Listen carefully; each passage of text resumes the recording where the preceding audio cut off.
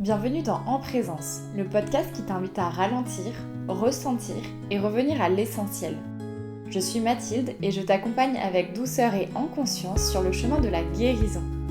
Ici, je te parle avec le cœur de santé mentale, d'émotions, de système nerveux, de résilience, de reconnexion à soi et à la nature, pour que tu puisses pleinement reprendre ton pouvoir intérieur et ainsi vivre une vie plus épanouie et plus sereine. Hello et bienvenue à toi dans ce premier épisode de podcast.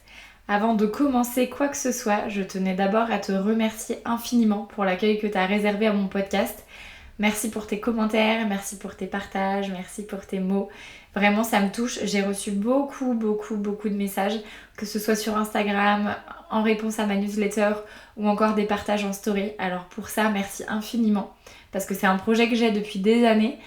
Et j'ai enfin sauté le pas et je suis vraiment trop contente de l'accueil que vous avez réservé à mon podcast. Donc voilà, merci du fond du cœur. Aujourd'hui, j'ai envie de vous raconter mon histoire, pas pour m'exposer, mais parce que je crois profondément que nos blessures peuvent devenir nos plus grandes forces. Ce que je vais partager aujourd'hui avec vous, c'est le chemin qui m'a menée à accompagner des femmes, et des hommes aussi, dans leur rapport à l'anxiété, au corps et à la santé mentale.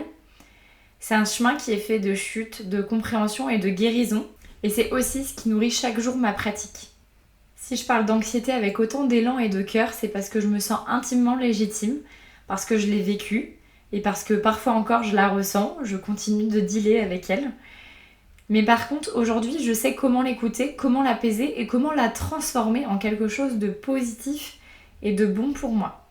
Donc voilà, j'ai envie aujourd'hui dans ce premier épisode de te partager mon histoire pour que tu comprennes un petit peu d'où je viens et qu'est-ce qui m'a permis aujourd'hui d'en arriver là, parce que ça me semble important, avant de partir sur des épisodes un peu plus spécifiques, de te partager tout ça. J'ai essayé de faire court, mais quand je vois tout ce que j'ai à vous dire, je pense potentiellement que ce sera un épisode assez long. Donc voilà, tu peux faire des pauses, tu peux venir le réécouter plus tard, c'est ok. Tu peux l'écouter dans tes trajets en voiture, à faire ton ménage, bref. Fais aussi autre chose en même temps si t'as envie. Parce que voilà, il est long, mais en même temps, je pense que c'est nécessaire. Petit spoiler alerte pour ma famille, parce que je sais que vous écoutez mes podcasts, et d'ailleurs, merci pour votre soutien depuis des années. Ce qui va être dit dans ce podcast, je pense que vous n'allez pas découvrir grand-chose parce que vous me connaissez. Par contre, je sais aussi qu'il y a certains passages qui vont peut-être être activants pour vous, parce que je sais ce qu'on a vécu ensemble. Je sais aussi ce par quoi on est passé. Et donc voilà, c'est des choses que je vais aborder aujourd'hui dans cet épisode. Donc si l'épisode vient t'activer d'une manière ou d'une autre, si tu ressens que voilà, il y a une tension intérieure, il y a un petit nœud dans l'estomac, il y a quelque chose dans le corps qui n'est pas ok, autorise-toi à mettre l'épisode en pause et à revenir à toi, à tes sensations corporelles, à prendre un instant pour toi avant de continuer. Ça, c'est hyper important. Allez, on va pas attendre plus longtemps, je vais rentrer dans le vif du sujet. Donc mon enfance, elle a été marquée principalement par l'anxiété. Pas une anxiété criante, pas une anxiété non plus très visible, mais plutôt une anxiété sourde, permanente, qui s'est installée comme un fond sonore. J'ai grandi dans une famille où je manquais de rien, ou du moins rien de visible. J'avais un toit, j'avais de l'amour, j'avais de quoi à manger, j'avais des jouets. Il y avait aussi beaucoup de rire dans le foyer. Mais en même temps, il y avait quelque chose de plus silencieux et de beaucoup plus diffus. Pour vous remettre un petit peu dans le contexte du foyer dans lequel j'ai évolué. Donc j'ai toujours été entourée de mes deux parents. J'étais fille unique pendant 6 ans avant d'avoir une sœur et un frère qui viennent me rejoindre et qui viennent rendre cette maison encore plus vivante. Et donc ma maman, elle a des problèmes de santé qui lui ont valu des hospitalisations, des périodes d'alitement aussi à la maison. Et même si je comprenais pas tout, parce qu'à l'époque ça a commencé, j'avais à peine 3 ans, donc voilà, même si je comprenais pas tout, je ressentais l'instabilité et l'inquiétude dans l'air. Donc ça a été quelque chose quand même de présent. Un environnement d'inquiétude, d'instabilité et aussi un rapport à la santé, on le reverra, qui n'a pas toujours été évident. Mon papa, lui, il n'a pas toujours été très présent. Il était surtout très présent à son travail. Il n'était pas souvent là à la maison physiquement. Et donc moi, j'ai appris très tôt à ne pas prendre beaucoup de place, à être sage, à être discrète et à être autonome. On reverra au fur et à mesure des épisodes que le système nerveux, il peut parfois se déréguler quand il vit des choses qui sont trop, mais aussi quand il manque de quelque chose.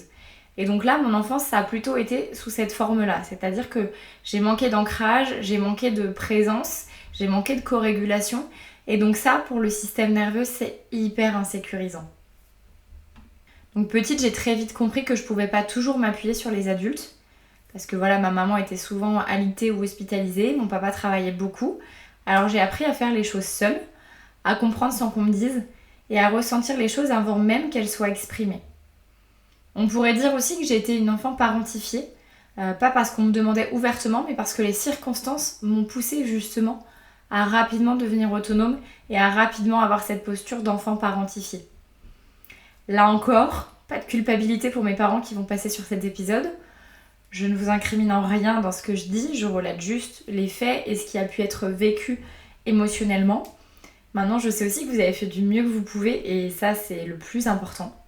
C'est pas pour culpabiliser mes parents ou pour te culpabiliser toi si tu es parent, parce que je sais que chacun fait de son mieux. Je relate juste les faits de ce que j'ai pu vivre et ressentir et je commence à faire des liens avec des notions qu'on va aussi revoir au fur et à mesure des épisodes. Donc j'ai grandi avec ce mélange étrange de lucidité et de solitude. Une petite fille qui portait des responsabilités invisibles, qui n'avait pas le luxe de l'insouciance et qui se sentait pas du tout faite comme les autres. Je voyais bien aussi qu'à la maison c'était pas comme chez mes copines, que j'avais des parents différents de ce que mes copines pouvaient avoir et qu'il n'y avait pas cette légèreté parce qu'à la maison, moi on parlait beaucoup de douleurs, d'opérations, d'hospitalisation, de rendez-vous médicaux. Donc ça voilà, c'était déjà un climat différent de ce que mes copines pouvaient avoir. Comme je le disais plus haut, la santé, chez moi et chez nous, elle a toujours été teintée de douleur.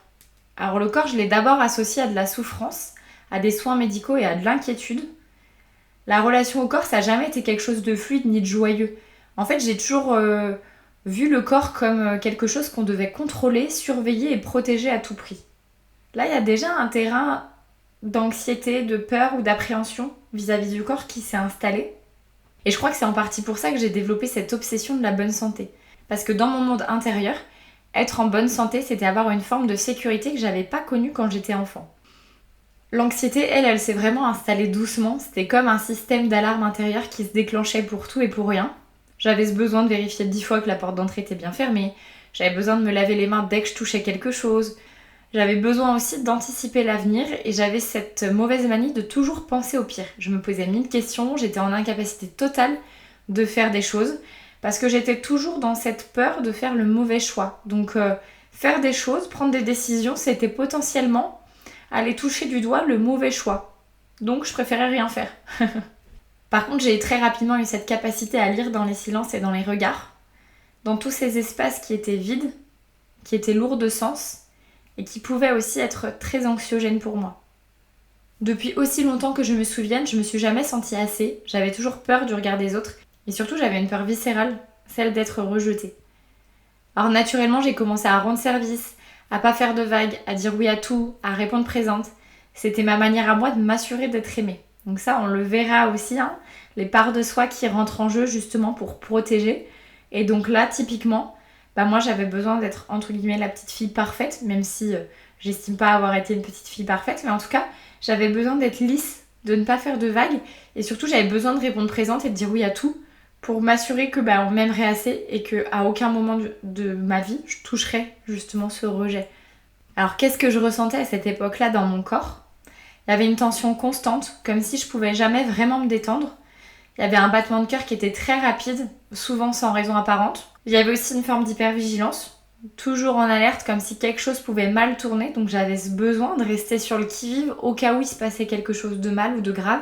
Il y avait beaucoup de pensées obsessionnelles qui tournaient en boucle, beaucoup de et si, de peur de mal faire, de doutes incessants. Il y avait aussi une difficulté à respirer profondément, comme si l'air ne passait pas jusqu'au fond de mes poumons. À cette époque-là, d'ailleurs, maman m'avait fait consulter le médecin, qui, je me rappelle encore, m'avait dit « votre fille, elle sait juste pas respirer, en fait ». Et c'est vrai, à l'époque, je savais pas respirer. Mais ce qu'on m'a pas expliqué, c'est que pourquoi j'arrivais pas à respirer, c'est parce que mon système nerveux et mon terrain émotionnel n'étaient pas propices à une respiration consciente et de pleine présence. Il y avait aussi une forte pression dans la poitrine et parfois aussi une boule dans la gorge et un rapport très cérébral à la vie. J'avais besoin de tout analyser, de tout contrôler, de tout prévoir. Je préférais aussi suivre les conversations des grands plutôt que d'aller jouer avec les enfants. Donc très rapidement, en fait, je me suis toujours rapprochée des adultes. C'est ce qui fait aussi encore aujourd'hui que voilà, j'ai ce besoin d'être avec des personnes plus âgées.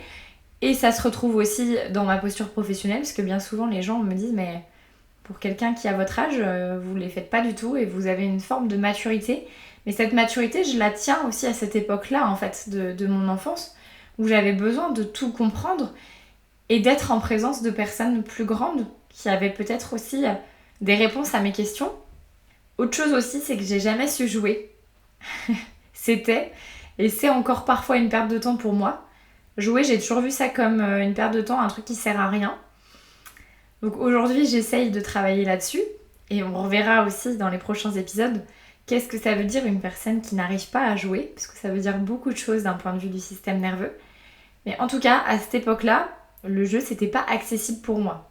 Encore aujourd'hui, j'avoue que je dois dealer avec des parts de moi pour accéder à cet amusement à travers le jeu. Et puis le gros point important aussi de cette période-là, c'est que j'avais un grand besoin de contrôle pour me sentir en sécurité.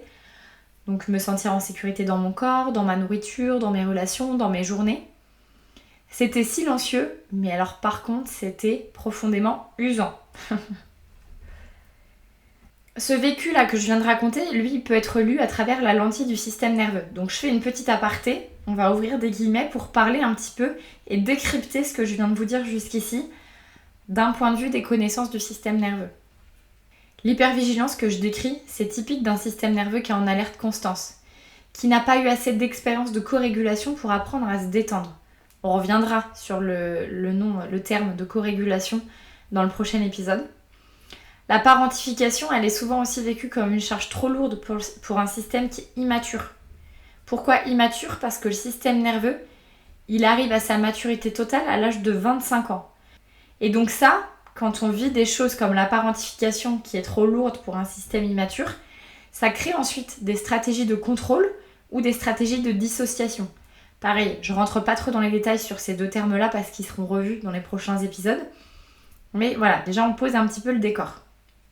Et puis la quête de santé absolue, de maîtrise corporelle, ça peut être aussi une tentative de régulation, une manière de trouver un sentiment de contrôle là où il y avait trop d'imprévisibilité. Notamment sur des hospitalisations plutôt longues pour ma maman ou des séjours à l'hôpital et puis en fait elle partait, elle marchait, elle revenait, elle n'arrivait pas à mettre un pied devant l'autre. Alors quand on est adulte, on comprend que voilà, c'est le post-opératoire, qu'il va falloir du temps pour que la mobilité revienne totalement, qu'il va falloir du temps de régénération, de cicatrisation. Mais quand on est un enfant de 3 ans et qu'on voit ça, on se dit mince, il y a un truc qui m'a échappé, elle est partie à marcher, elle revenait, elle marche pas très bien. Qu'est-ce qui s'est passé entre les deux ? Hyper insécurisant pour un enfant. Et je suis pas sûre, ou en tout cas je m'en rappelle pas, je suis pas sûre qu'à l'époque mes parents m'ont vraiment expliqué tout ça. Parce que aussi ce qu'on fait quand on est parent, alors je dis j'ai pas d'enfants, mais de ce que je peux voir aussi à travers les personnes qui m'entourent qui ont des enfants et à travers aussi toutes les lectures que je peux avoir sur le système nerveux et la santé émotionnelle, c'est qu'on a tendance pour préserver un enfant à pas lui dire ce qui se passe.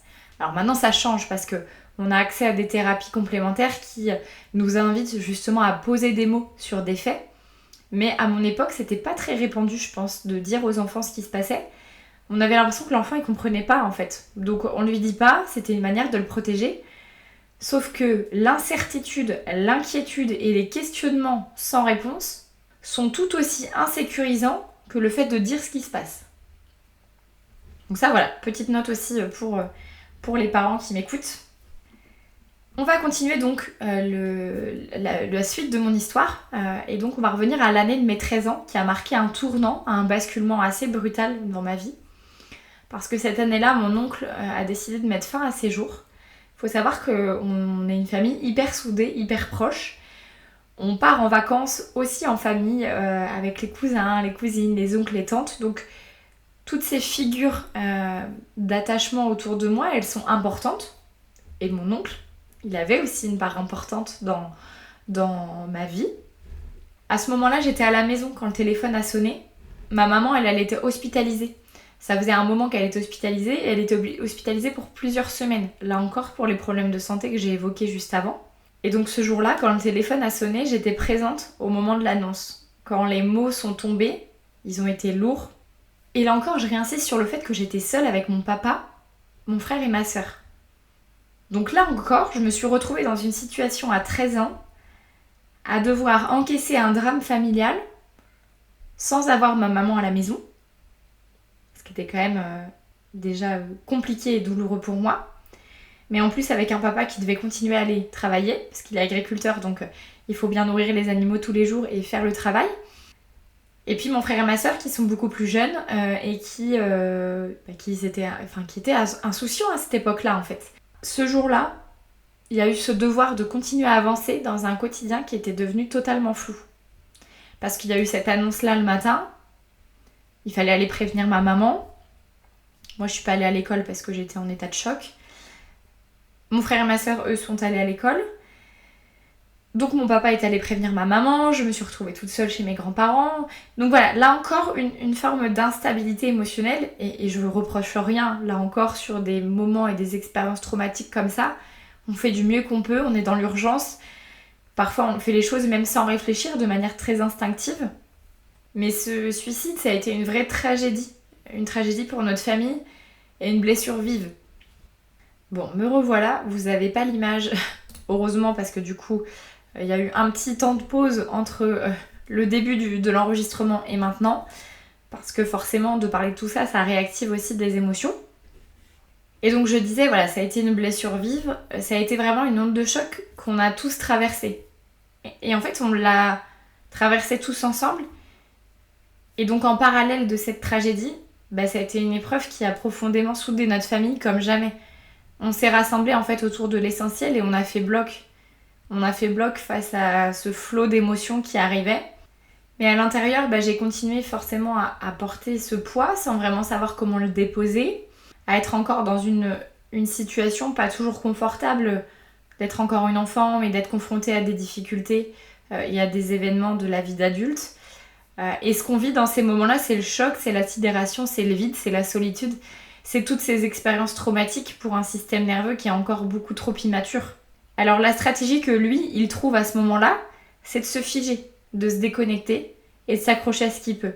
Il faut vraiment le voir comme ça, dans ces moments-là où le système nerveux sent que là, il est face à un événement traumatique et qu'il peut perdre pied, il met en place des mécanismes de survie.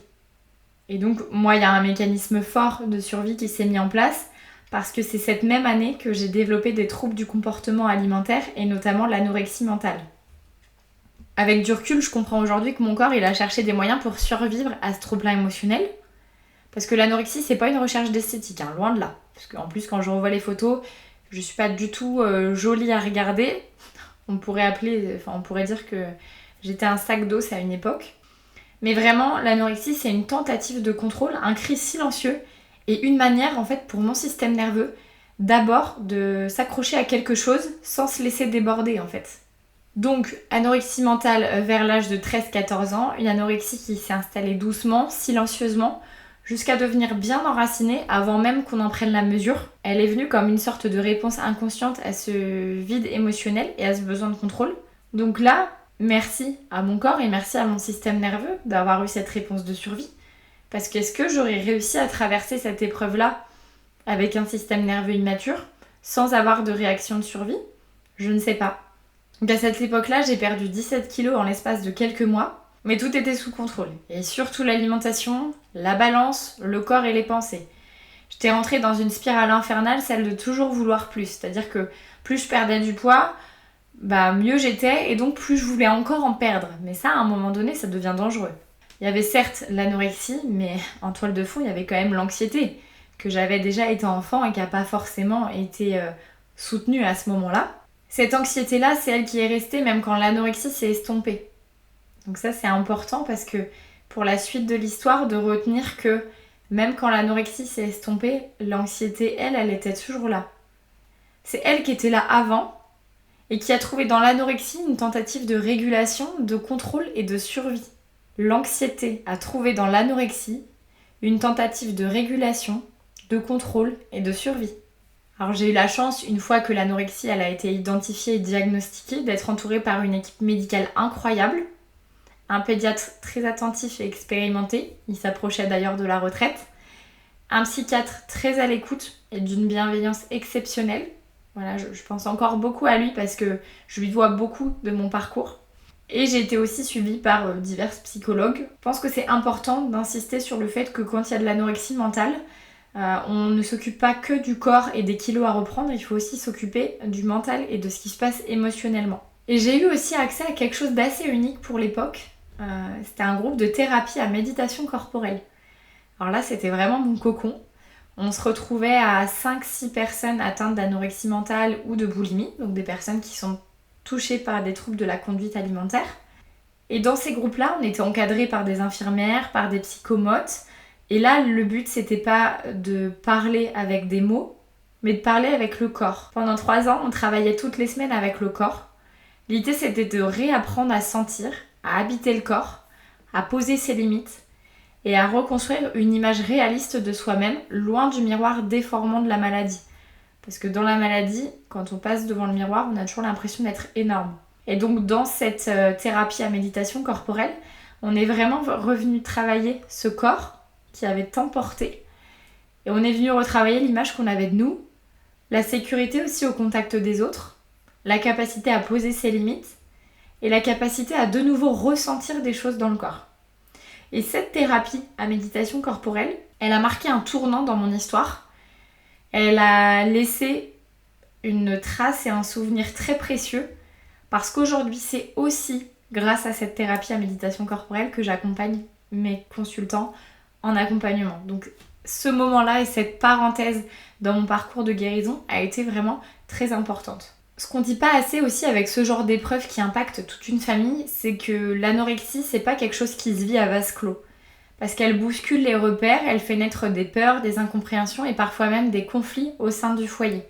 En fait, c'est très paradoxal parce que la personne malade se retrouve souvent très seule, dans une grande honte, mais en même temps, les gens qui l'entourent, ils comprennent pas pourquoi elle fait ça, pourquoi elle se fait autant de mal. On a aussi souvent la facilité de dire que c'est un caprice. Alors non, ce n'est pas un caprice.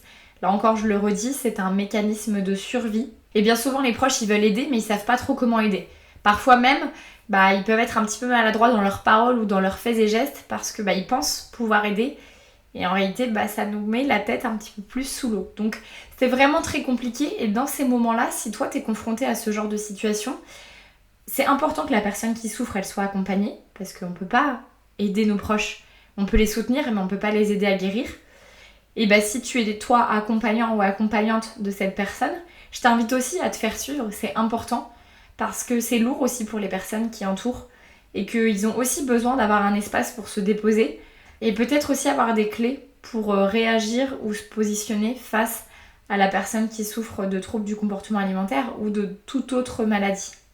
Et donc ça, ça crée vraiment un terrain de communication qui n'est pas du tout fertile et qui peut créer aussi des petits fragments traumatiques chez chacun. Donc ça, c'est important aussi de le savoir. Et puis forcément, il y a la peur. Peur que l'anorexie, elle emporte la vie. Parce que oui, c'est environ 10% des patients qui souffrent d'anorexie qui en décèdent. Donc forcément, à ce moment-là, mes proches, ils ont eu peur. Ils ont eu peur que ça aille trop loin. Donc il y a aussi toutes ces émotions qui tournent autour. L'incompréhension, la colère, la frustration, la peur.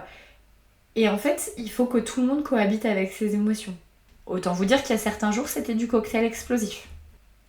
Et puis un jour, ça c'était quand j'avais 18-19 ans, on m'a dit que j'étais guérie, parce que mon poids était redevenu stable, parce que je n'étais plus en danger vital, parce que mon système cardiovasculaire pouvait de nouveau fonctionner normalement, parce que mon poids avait atteint un niveau essentiel pour la bonne physiologie de mon corps. À l'intérieur, par contre, c'était loin d'être terminé. Mentalement, émotionnellement, j'étais encore en pleine bataille. Il y avait toujours cette peur, cette obsession, cette fatigue constante de devoir gérer mon monde intérieur qui était beaucoup trop intense et beaucoup trop bruyant. Et surtout, là encore, il y avait cette anxiété de fond, cette tension invisible et permanente qui me quittait pas vraiment. Et ce jour-là, j'ai compris aussi une chose essentielle, c'est que le regard médical s'arrête parfois à des choses qui se voient. Mais ce qui fait le plus de mal, ce qui a vraiment besoin d'être soigné, c'est souvent quelque chose qui est silencieux, souterrain et caché dans les replis de l'âme. On s'est occupé de l'anorexie très bien, c'était la partie visible de l'iceberg. Parce qu'effectivement, quand on perd 17 kilos, qu'on perd ses cheveux, qu'on n'a plus ses règles, qu'on est blanc comme un cachet d'aspirine, qu'on a un rythme cardiaque qui est complètement ralenti, qu'on a froid tout le temps, oui, forcément c'est visible. Et même des gens qui vous croisent dans la rue, ils savent que vous êtes malade. Mais par contre, ce qu'on n'a jamais vraiment pris en compte, c'était cette anxiété en fait, qui était la partie cachée de l'iceberg. Donc moi j'avais encore tout ce chemin à faire pour me retrouver vraiment, pour me sentir en paix, pour me sentir libre, pleinement libre. Ce qu'il faut comprendre aussi, c'est qu'une fois sortie de l'anorexie, je me sentais encore à côté de mes pompes.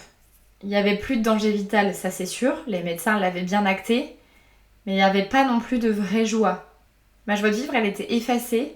J'arrivais pas à être vraiment heureuse, j'étais souvent dans une forme de tristesse sourde, une déprime aussi latente, et ça je le dis et j'ai pas peur de le dire parce que je me suis fait peur. Il y a eu des moments où j'ai eu peur même d'être dépressive, surtout que voilà, durant l'anorexie on m'a aussi accompagnée à coups d'antidépresseurs, d'anxiolytiques et de somnifères, donc à un moment donné on se dit que j'ai vraiment un problème dans ma tête, je suis folle. Et donc il y avait cette déprime latente, même une fois que j'avais retrouvé du poids. Et c'est important parce qu'on va faire des liens avec cette déprime latente juste après. Et en fait, il y avait toujours des choses dans ma tête, un brouhaha permanent. Et ça, c'est hyper fatigant. Mon quotidien, c'était une traversée de pensées anxieuses permanentes, des schémas d'hypercontrôle, de perfectionnisme, d'anticipation constante. J'avais du mal à vivre la vie du bon côté. J'avais du mal à me sentir libre, à me sentir spontanée et connectée à la vie. J'étais encore en mode survie, mais ça se voyait plus vraiment, parce que c'était très intérieur. Vu que j'avais repris du poids, que j'avais de nouveau des formes, que j'étais plus blanche, que mes cheveux avaient repoussé, forcément, aux yeux du monde, ça allait mieux. Mais par contre, intérieurement, il y avait encore plein de choses qui se passaient.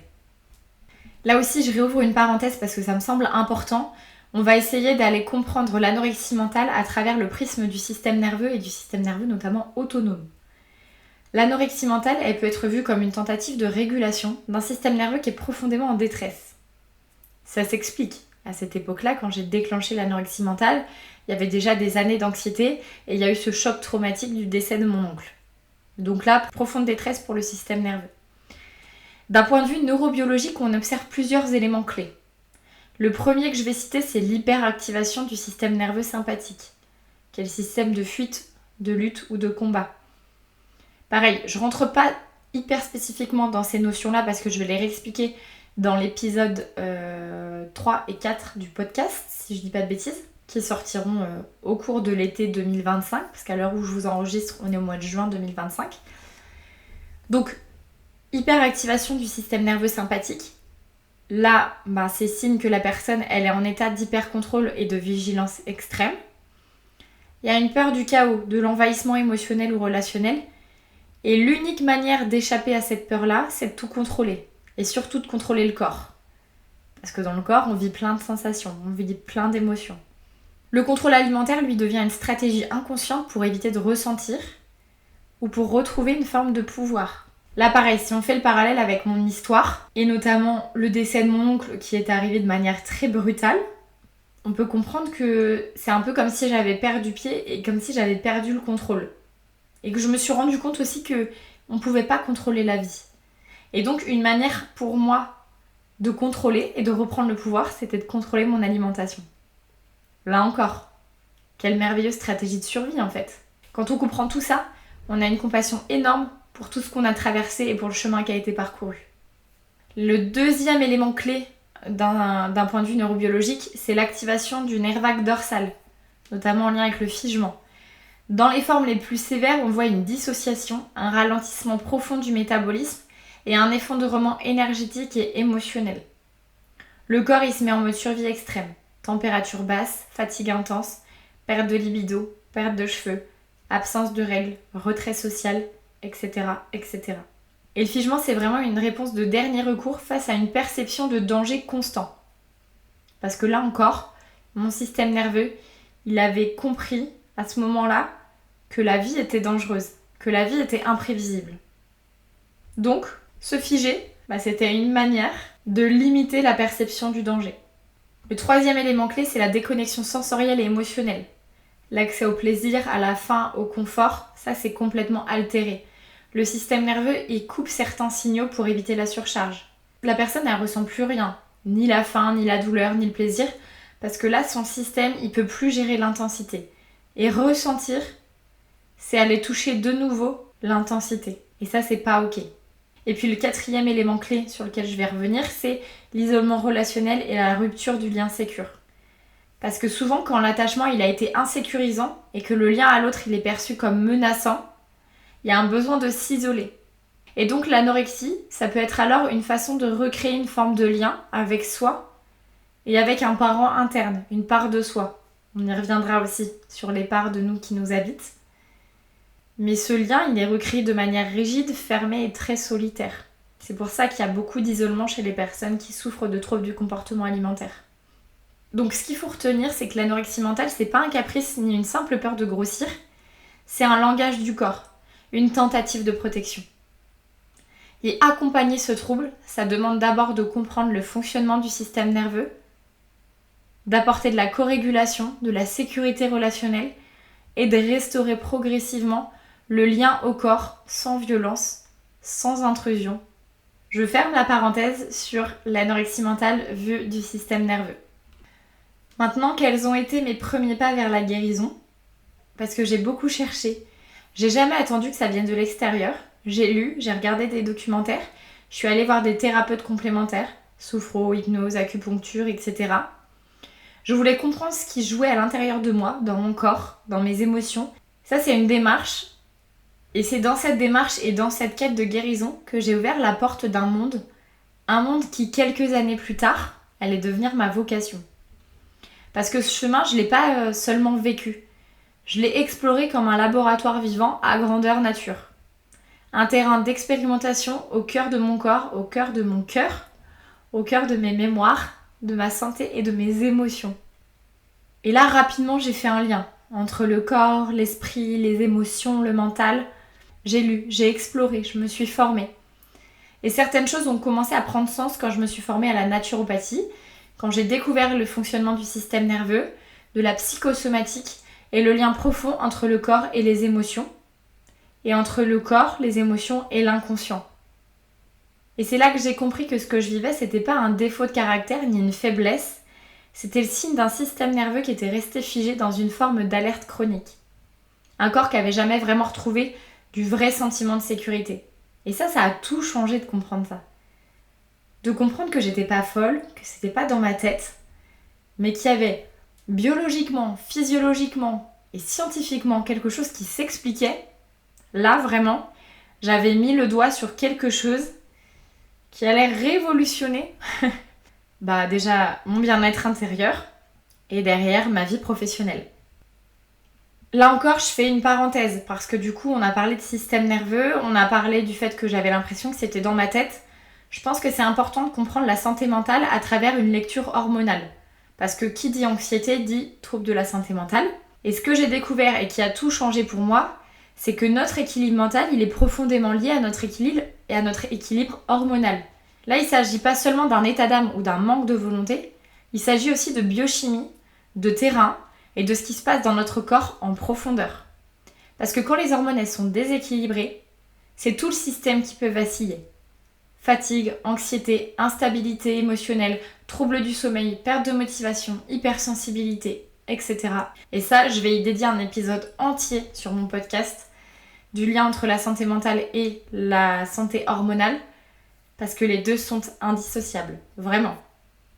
Et alors quand on reprend la période que j'ai vécue, donc la période d'anorexie mentale, c'est tout l'équilibre hormonal qui est mis à mal. Parce que le corps, il se met en mode survie. Il coupe clairement tout ce qui n'est plus vital. Le cycle menstruel, il s'interrompt. La production de certaines hormones chute. Le cerveau se retrouve en carence de sérotonine, de graisse, de nutriments essentiels. Alors sur le papier, on pourrait croire que ça ne concerne que le corps, mais c'est tout l'être qui est impacté. On perd aussi la joie, la clarté, l'élan. On devient vraiment une version éteinte de soi-même. Et quand je revois des photos de cette période-là, vraiment, j'avais le visage éteint. Alors aujourd'hui, je vois à quel point c'est important de réconcilier la santé mentale et la santé hormonale. Et c'est comprendre qu'un mental en paix, ça commence par des assiettes équilibrées, par du repos, par des protéines, par du magnésium, par une meilleure compréhension de son cycle menstruel, quand on est une femme bien sûr.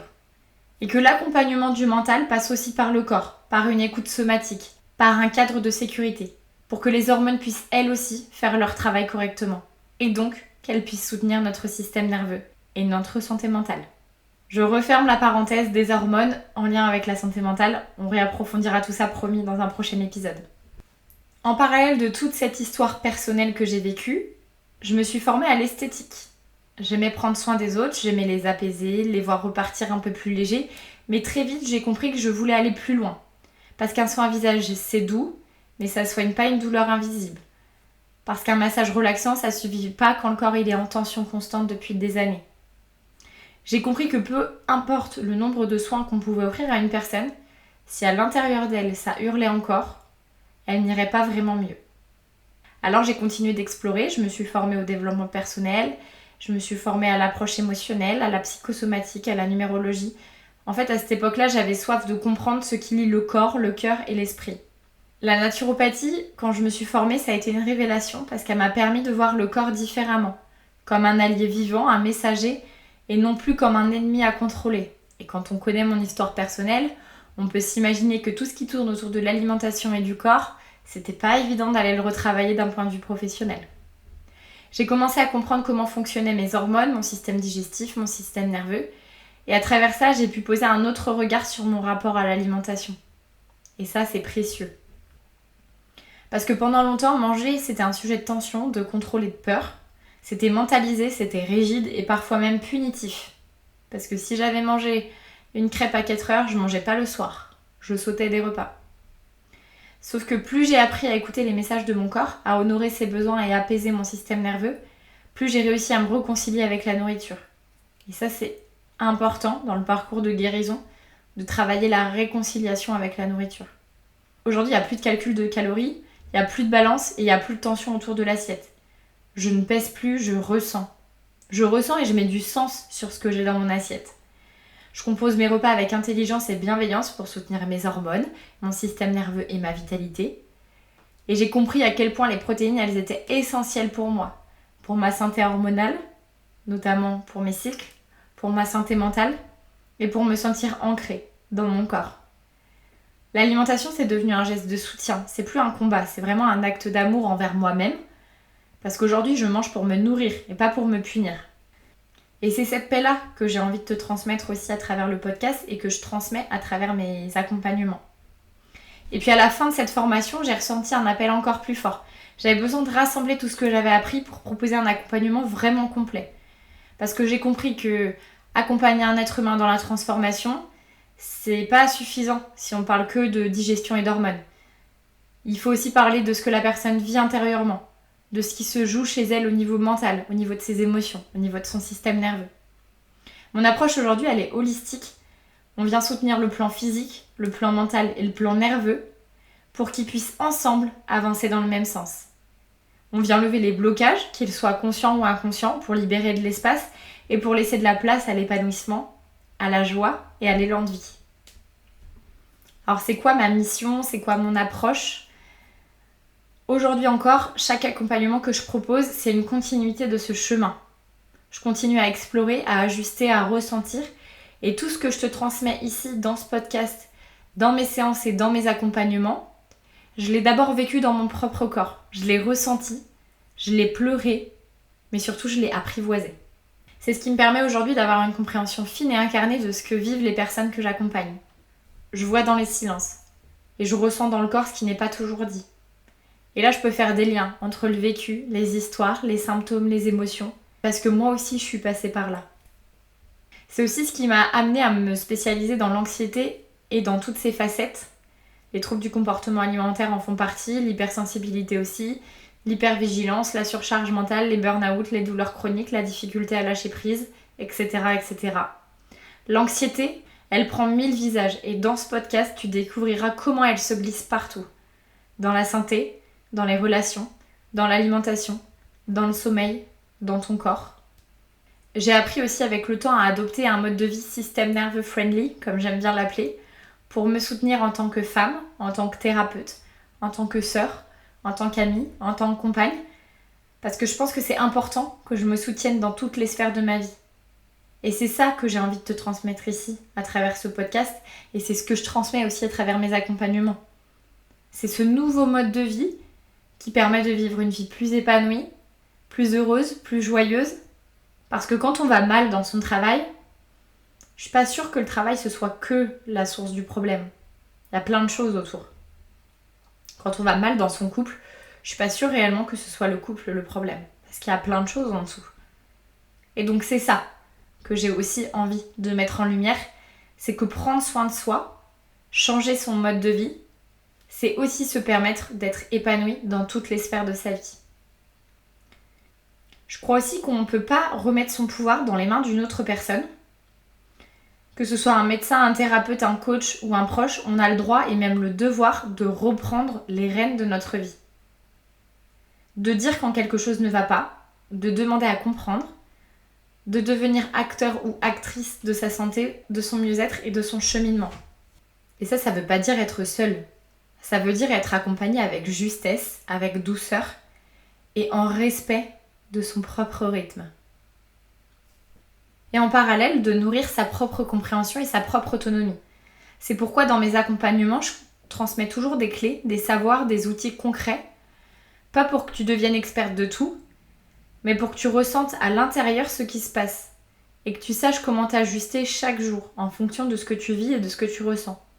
Parce que le travail du système nerveux, c'est un travail au quotidien, un travail d'écoute, de régulation, de présence et de réajustement. Mon approche aujourd'hui, je la considère comme étant intégrative et profondément humaine parce que j'accompagne des femmes et des hommes qui, comme moi, ont tout essayé et qui savent qu'ils veulent aller mieux, mais qui ne savent pas par où commencer. Ou en tout cas qui ne savent plus parce qu'ils ont testé plein de choses. On travaille ensemble à réapprivoiser leur corps, à retrouver leur vitalité, à comprendre leur fonctionnement intérieur et à ramener de la sécurité là où tout a été chaos. Ma signature d'accompagnement, c'est une écoute sensible, des outils concrets, une démarche corps, esprit, espace nerveux et surtout un espace de temps qu'il faut pour se réparer. Parce que oui, la guérison, c'est pas un sprint. Ça demande du temps, ça demande de la persévérance et surtout ça demande beaucoup de bienveillance et de courage envers soi-même. C'est un retour à soi, étape par étape. Et être soutenu dans ces étapes, ça me permet indispensable, notamment pour recréer un espace safe. Alors pourquoi je t'ai partagé tout ça ? Parce que ce parcours que je viens de te raconter, il est fait de couches, de morceaux de moi que j'ai dû recoller doucement, comme l'art japonais d'aller recoller les morceaux d'un vase qui est cassé. À travers l'esthétique d'abord, puis la naturopathie, la réflexo, la psychosomatique, l'approche du système nerveux, et encore aujourd'hui, je continue à me former. Je pense que je serai une éternelle étudiante toute ma vie parce que j'adore ça. Mais parce que je crois profondément que la souffrance, elle mérite d'être abordée avec tous les outils possibles et dans toutes les dimensions, physique, émotionnelle, mentale, nerveux. Et parce qu'accompagner l'anxiété, c'est pas juste gérer le stress, c'est écouter le corps qui crie. C'est retisser du lien entre le système nerveux, les émotions, l'alimentation, le passé, les croyances, etc. C'est redonner de la sécurité là où tout s'est effondré. Mais parfois ça s'est effondré il y a déjà des années. Donc il faut du temps pour reconstruire son monde intérieur. Voilà pour ce premier épisode qui, je l'avais prédit, allait être un petit peu plus long que prévu. Mais c'est un épisode vraiment où je me suis livrée à cœur ouvert. J'espère que mon histoire pourra peut-être te donner de l'espoir, pourra aussi peut-être t'inspirer ou simplement te rappeler que tu n'es pas seule dans ce que tu traverses. Et dans les prochains épisodes, on va plonger ensemble dans l'univers de l'anxiété, comment elle se manifeste, pourquoi elle s'installe et surtout comment on peut commencer à s'en libérer. En attendant, je t'invite à prendre soin de toi et rappelle-toi toujours que ton corps c'est ton allié et pas ton ennemi. À très bientôt. Merci à toi d'avoir écouté l'épisode jusque-là. Si tu repars avec un mot, une sensation ou une envie de t'ancrer un peu plus dans l'instant, alors ce podcast a trouvé sa place. Pour le faire rayonner, je t'invite à le partager autour de toi et à lui laisser la note de 5 étoiles sur ta plateforme d'écoute préférée. Et n'hésite pas à m'identifier sur les réseaux sociaux, je serai ravie de te repartager. D'ici là, prends soin de toi et reste en présence.